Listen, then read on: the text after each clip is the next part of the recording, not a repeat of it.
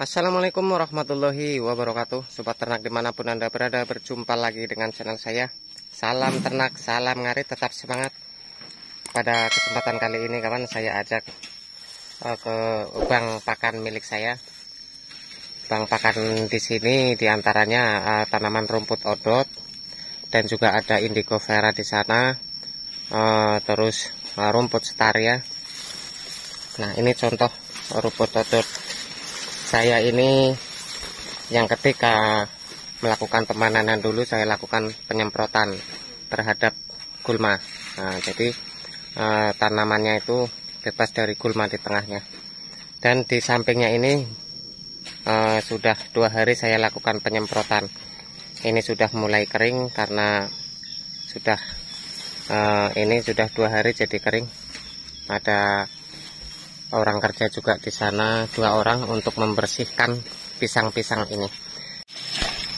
Nah, kenapa kawan di dalam bank pakan saya ini saya memilih rumput odot sebagai bank pakan saya? Karena rumput odot ini kan tidak terlalu tinggi.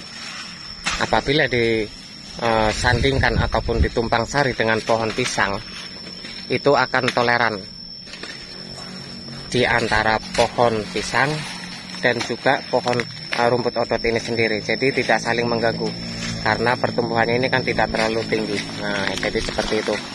Kalau kita menggunakan rumput gajahan yang lain, pakcong misalnya, itu akan tinggi rumput gajahan yang lain itu. Nah, kita lihat di sana. Nah, ini kawan, saya juga menanam rumput gajahan jenis pakcong. Nah, kalau rumput ini kan tinggi, ini baru beberapa bulan saja dia sudah tingginya segini ini, mengalahkan rumput odot. Nah, jadi menurut saya yaitu antara pisang dengan pohon gajahan yang jenisnya tinggi seperti ini nantinya pertumbuhannya akan ada yang kalah salah satunya karena tinggi pertumbuhannya.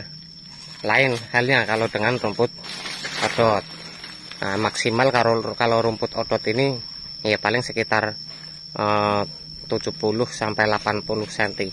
Tapi kalau rumput yang ini, jenis gajahan yang ini bisa 1 meter lebih ini tingginya. Nah, itu menurut saya seperti itu.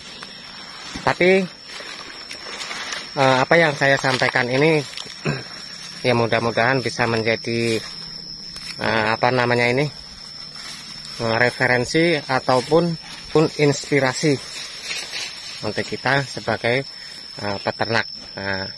Tapi jangan dijadikan juga sebagai patokan apa yang saya lakukan dan saya sampaikan ini, karena belum tentu yang saya lakukan ini menurut Anda ataupun pemirsa dimanapun Anda berada itu tepat. Nah, walaupun demikian ya mudah-mudahan walaupun tidak menjadi patokan ya mudah-mudahan bisa menjadi referensi untuk kita. Nah, ini indigo vera yang sudah saya lakukan pemanenan, dan di sini ini rumput odot lagi di sini. Nah, di sini rumput odot sudah saya lakukan pemanenan dan juga sudah saya lakukan penyemprotan.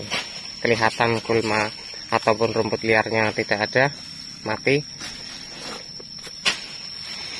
Tapi rumput odotnya masih tetap hidup. Nah, ini indigo vera. Dan di sini juga sudah saya melakukan pemanenan beberapa hari yang lalu. Juga sudah saya lakukan penyemprotan. Gulmanya ini sudah mulai terbakar, sudah mulai mengering, hitam-hitam ini. Nah, untuk selanjutnya kawan, apabila kita mempekerjakan orang untuk mengambil rumput misalnya di areal bank pakan kita ini, kita tidak usah mengeluarkan uang dari kantong ataupun saku celana kita. Triknya bagaimana kawan?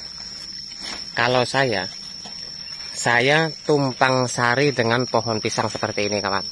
Nah, jadi ketika kita sibuk, ketika kita tidak ada waktu untuk mengambil rumput di bank pakan kita ambil saja barang 2 ataupun 3 tandan buah pisang ini untuk ongkos orang yang mengambil rumput. Nah, jadi seperti itu. Itu trik saya seperti itu. Dan juga untuk membersihkan pohon pisang dari gulma ataupun daun yang sudah mengering seperti ini, kita juga bisa mengambil buah pisang tersebut untuk ongkos ataupun biaya pembersihan pohon pisang tersebut.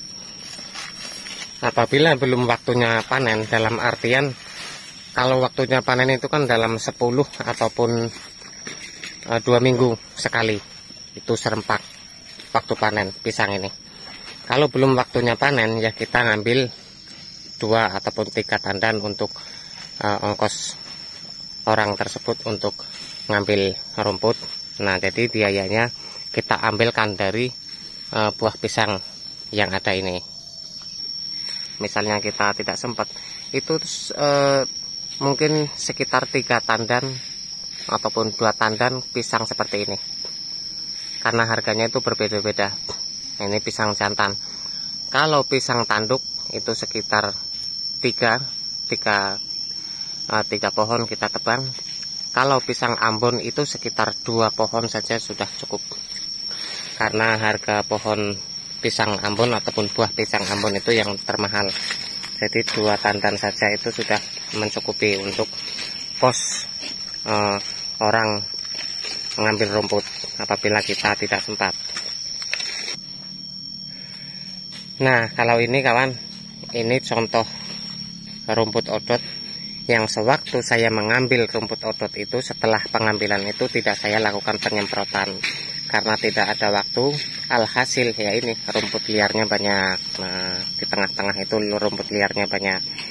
Tapi tidak mengapa, karena kambing juga kalau sewaktu kita melakukan pengaritan rumput odot itu, rumput seperti ini kambing juga mau. Jadi sekaligus kita arit semuanya bersama rumput liarnya. Untuk kemudian untuk pembersihannya nanti kita lakukan penyemprotan. Sistem tumpang sari seperti ini kawan, saya cara menanamnya itu, jadi yang di tengah-tengah ini, di antara pohon pisang ini pohon pisang dan yang itu pohon pisang. Nah, di tengah-tengah ini saya lakukan penanaman rumput odot. Jadi seperti itu.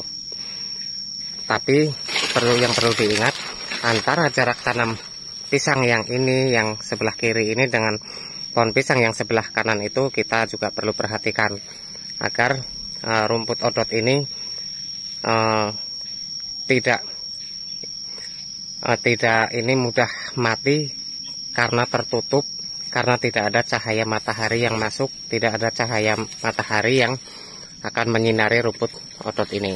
Jadi itu yang perlu kita perhatikan. Kalau jarak dari sini, ini pohon pisang ini ke pohon pisang ini, saya 4 meter. Kalau dari pohon pisang ini ke pohon pisang yang satunya sebelah sini, itu saya 6 meter. Jadi di sini ada jarak gang 6 meter. Saya tanami rumput odot. Dan juga saya juga tanami salah satunya jarang-jarang itu indigo vera. Nah, kalau di tengah itu full indigo vera sana. Nah, jadi seperti itu kawan. Nah, jadi itu saja kawan video saya kali ini, mudah-mudahan bermanfaat. Apabila ada kesalahan, saya mohon maaf karena ya tidak mungkin tidak sama pemikiran kita. Yang penting kita saling berbagi untuk hasil yang lebih baik. Kita bertukar pengalaman tentang dunia peternakan kambing di kolom komentar. Oke, itu saja kawan. Assalamualaikum warahmatullahi wabarakatuh.